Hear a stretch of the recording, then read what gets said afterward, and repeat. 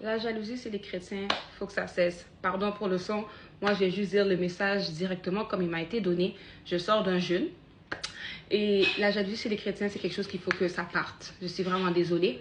Mais là, pourquoi la sœur qui est là-bas, elle chante bien et pourquoi moi je chante pas bien? Est-ce que tu pratiques ta voix? Est-ce que tu as même reçu le don de chanter? Ça, c'est entre toi et Dieu. Il ne faut pas commencer à venir nous sortir des bêtises ici. Il faut se comprendre. Il y a des choses que certaines personnes reçoivent qui viennent à cause de leur sacrifice. Si tu ne jeûnes jamais, attends-toi pas à avoir la bénédiction qui vient avec le jeûne. Tu jeûnes pas.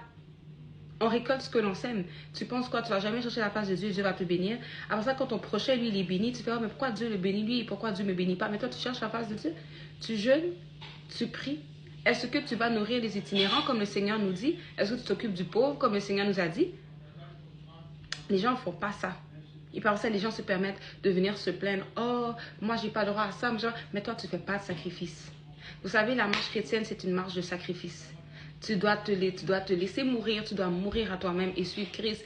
Il y a des choses que tu vas devoir faire qui sont contre tes valeurs, en parenthèse, tes valeurs humaines, que comme moi, je ne laisserai jamais passer ça. Et juste parce que tu as dit ça, le Seigneur va envoyer cette situation et puis il va te dire, bon, maintenant, on va voir qu'est-ce qui va se passer. La jalousie chez les chrétiens, il faut que ça arrête. Pourquoi lui, quand il prie, Dieu me répond vite? Mais est-ce que toi, tu cherches la face de Dieu?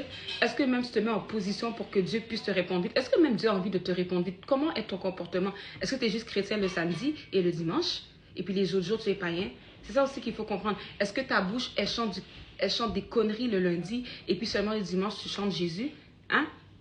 La parole de Dieu, elle est claire. Ce qui est impur ne peut pas produire ce qui est pur. Et ce qui est pur ne peut pas produire ce qui est impur. Et ça, c'est juste clair. Donc, c'est sûr que le Seigneur ne va pas te bénir comme tu le veux si tu ne fais pas les sacrifices qui viennent avec. Donc, arrêtez de faire sentir les autres chrétiens coupables de réussir ou « Oh, toi, ouais, toi aussi, toi, t'es la favorite de Dieu. » C'est pas que la personne est la favorite de Dieu. C'est que la personne, elle cherche la face de Dieu au point que le Seigneur va finir peut-être par l'appeler ami de Dieu. C'est comme ça que ça fonctionne. Faites pas vous, Myriam. Ah ben là, pourquoi Dieu parle juste à lui et puis nous, il ne nous parle pas? Les gens là qui font des Myriam, papa, ça suffit. Parce que c'est justement les papa qui font que Dieu ne vous bénisse pas. Vous aimez ça, parler. Pourquoi Dieu va te bénir? Tu parles contre son oint, tu parles contre son prophète, tu parles contre son évangéliste, tu parles contre son apôtre, tu parles même contre tes parents, tu parles contre le couple de ta copine, tu parles, mais nulle part tu parles pour prier, pour demander à Dieu de fermer un peu ta bouche vers les choses inutiles et d'ouvrir ta bouche pour sa parole. Et beaucoup de gens ne comprennent pas que prêcher la parole de Dieu, c'est un commandement. Tu ne prêches jamais et tu t'attends à avoir les bénédictions qui viennent avec l'évangélisation.